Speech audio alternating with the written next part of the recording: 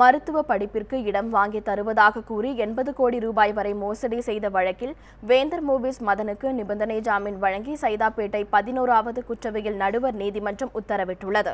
கடந்த ஆண்டு SRM கல்லூரியில் மருத்துவ படிப்பிற்கு இடம் வாங்கி தருவதாக கூறி வேந்தர் மூவிஸ் மதன் 80 கோடி ரூபாய் மோசடி செய்ததாக புகார் எழுந்தது. இந்த வழக்கில் பல மாதங்களாக தேடப்பட்டு வந்த மதன் கடந்த நவம்பர் மாதம் கைது செய்யப்பட்டார். இதனையடுத்து மதன் தரப்பில் ஜாமீன் கோரி சைதாப்பேட்டை நீதிமன்றத்தில் மனு தாக்கல் செய்யப்பட்டது. அதில் கைது செய்யப்பட்டு 63 நாட்கள் கடந்தும் குற்றப்பத்திரிகை தாக்கல் செய்யவில்லை. சட்டப்படி மோசடி வழக்கில் 60 நாட்களுக்குள் குற்றப்பத்திரிகை தாக்கல் செய்ய வேண்டும் என்றும் குறிப்பிடப்பட்டிருந்தது.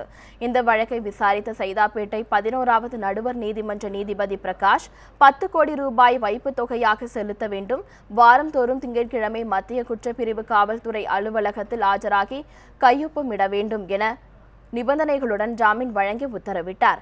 வைப்பு தொகை மதனின் வருமானத்தை விட அதிகமாக இருப்பதால் அதை குறைக்க கோரி சென்னை உயர்நீதிமன்றத்தில் வழக்கு தொடர இருப்பதாக மதனின் வழக்குரைஞர் இன்ஃபன்ட் தினேஷ் தெரிவித்துள்ளார்.